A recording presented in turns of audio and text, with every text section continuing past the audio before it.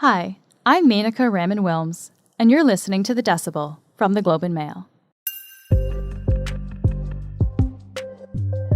Since Monday afternoon, there's been some relief for residents of Ottawa. The honking horns have largely stopped. But this wasn't because of something police or politicians did. It was thanks to a civil lawsuit. The suit alleges that the honking by truck drivers is a deliberate protest tactic. And these aren't just regular car horns. There's also air horns and train horns from semi-trucks, which can be as loud as 125 decibels, according to the suit. For comparison, the sound from a lawnmower is around 90 decibels. As a result of the suit, a judge granted an injunction, ordering protesters to stop honking for 10 days. And this return of sleep for Ottawa residents is in large part thanks to a 21-year-old named Zexi Li. Zexi became the plaintiff for the suit after being approached by a lawyer, Paul Champ. In the first couple days, I definitely did my best to ignore them, but that's difficult when they heckle you for wearing a mask and when they honk their horns at you for wearing a mask. Earlier in the week, Globe reporter Erin Anderssen spoke with Zexi, and today you'll hear that conversation. You may notice the sound is a little muffled at points because Erin and Zexi were speaking over Zoom. This is The Decibel.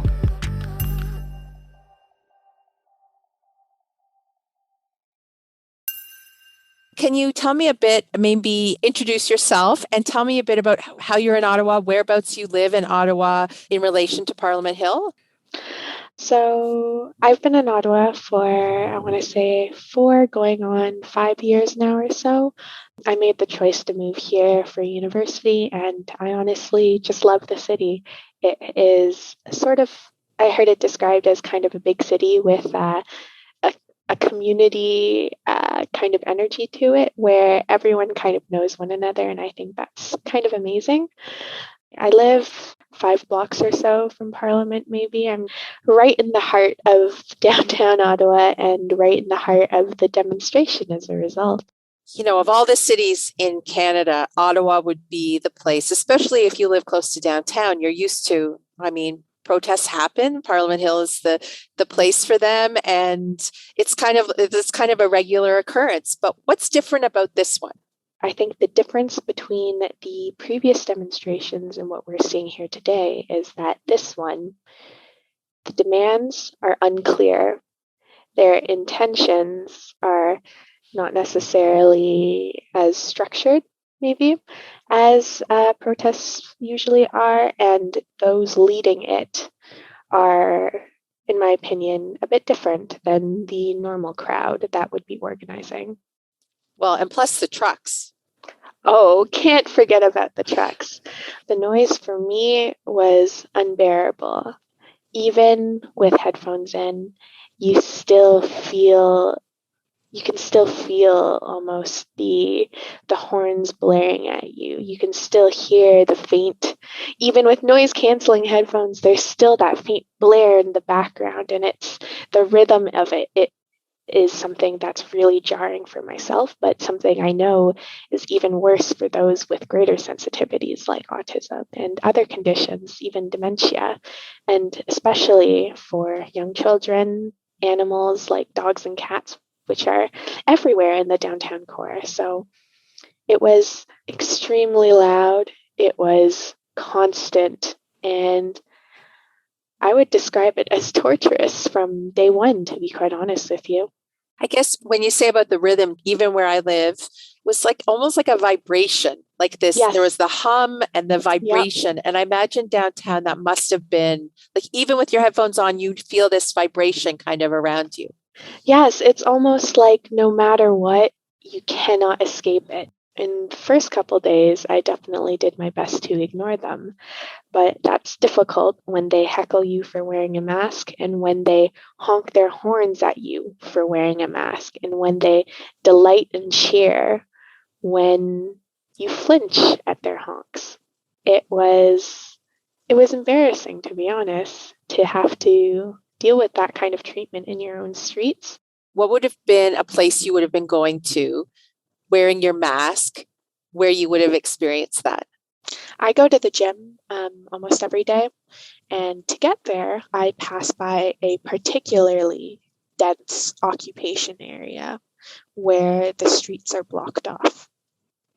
There were some notably intense individuals. They had their alarms blaring. They had their honks going. Some of them even had megaphones to shout at you with. You know, it was just a horrible, horrible atmosphere.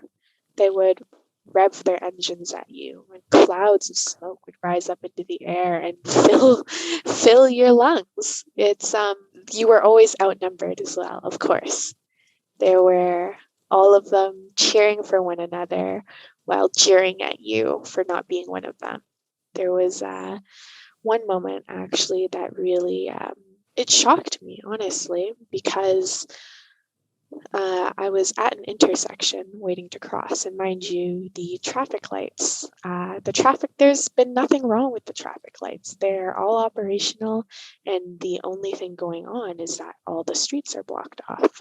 However, the individual was in the middle of the street with the traffic lights still working, directing the traffic and telling people when to walk and when to pass and when to stop. And considering what I was going through and what they were subjecting me and my community to, I could not believe the amount of power they felt that they had in my streets to be able to control something like traffic.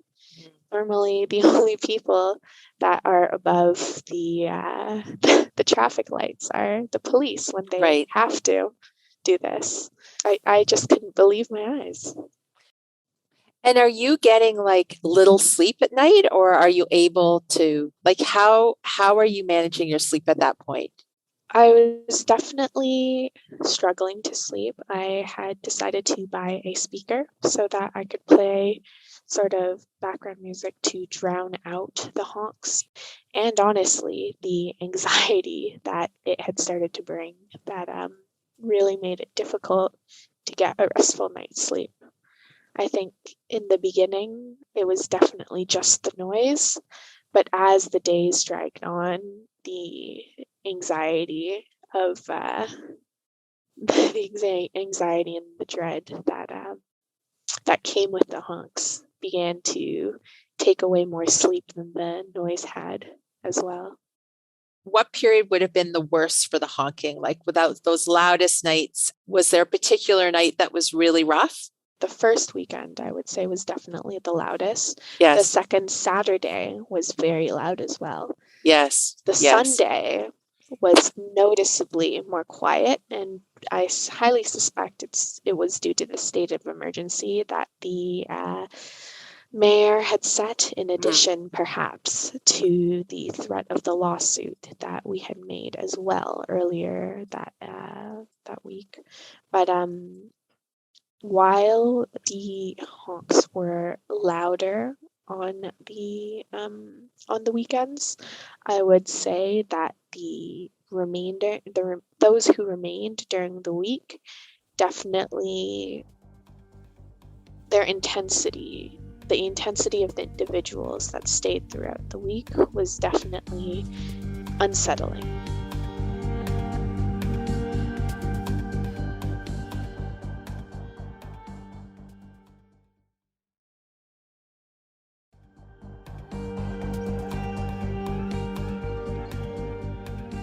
What made you decide to put your name on the suit, on the claim? So, as you might know, I didn't seek the suit out. The suit kind of found me. So what has been the backlash to your name being out there attached? Well, there's definitely a lot of, just hateful comments. I generally don't really look at them too hard just because, I don't really care what this random individual on the internet has to say. If you're not someone who's affected by this, if you're not someone who's suffering by this, if you're not someone who's important to me in that sense, then your opinion really doesn't mean much to me. But yeah, of course, I've been receiving threats. I've been in contact with the authorities regarding these threats, and that is just a reality that I'm going to have to live with for a little while. Hopefully, it won't be permanent, but we'll have to see on that. Were you in court when the judge granted the injunction? I was sitting here with bated breath, watching the screen intensely, listening to the judge go on about the details of the case, and he began. His tone sort of, I wouldn't say his tone necessarily shifted, but maybe his wording did a little bit. And it started to sound like he was starting to suggest and bring up points that were in support of the injunction. And in my head, I was like, I think I know where this is going. I was like, you think that our claims are valid, you say? You say there's irreparable harm being done here? And normally that's not something you'd be happy about, but in this case, it honestly really truly was. Well, he had that great line too about the honking. I can't remember the quote now, but the opposing counsel had asked for 5 minutes of honking per day, and the judge had looked at him and through the camera and said in response something along the lines of, a honk does not communicate any great thought or anything, or something along those lines. You know, he has a certain way with words that I can't capture in this moment, but I think the sentiment is there. Oh, tooting a horn is not an expression of any great thought I'm aware of. Oh, it was excellent. It was so excellent. The only thought that was going through my head and out of my mouth even was, yes, just yes. And just that was all I could think. I was just like, thank goodness we are heard. We will have peace, and we aren't abandoned. What? And so that night, did you have to sleep with your speaker on and your earplugs too, or could you not? I definitely was a little nervous still because, admittedly, enforcement had been a little weak thus far, but I did feel that the court order had much more serious consequences than some of our other laws to be enforced. And while I had a little bit of anxiety, it was not so much that my sleep was affected. But originally, I was just so happy and grateful that not just me, but everyone would be able to get some peace, some very well-deserved peace after what we had all gone through. I think it almost it brought me to tears a little because we've all been through a lot, and even though the noise isn't the last step, it was definitely the first one. So it was one of our first baby steps in the right direction, and something to help snowball the action into something much bigger. Well, yes, because it's not like the protest is over. Yes. So what now? I think what I accomplished is almost a case study in the power of the silent majority. What really prompted me to start shouting from the rooftops, in addition to the care that I have for my community, was the indignation that people who I so vehemently disagreed with, that they were making their voices so much louder than mine and others that think like me. And I really thought, you know what? Enough is enough. I deserve to be heard. So I made a decision. I think I made the decision on a couple days into it, maybe 4 or 5 days into it. That's how long it took me to sort of break. But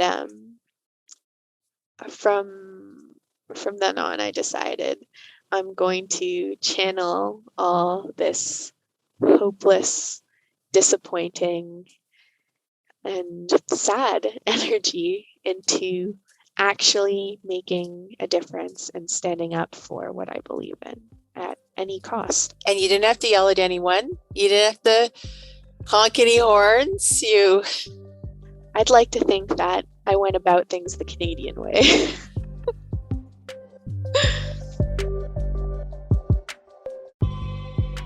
That's it for today. I'm Menaka Raman-Wilms. Our producers are Madeline White and Cheryl Sutherland. David Crosby edits the show.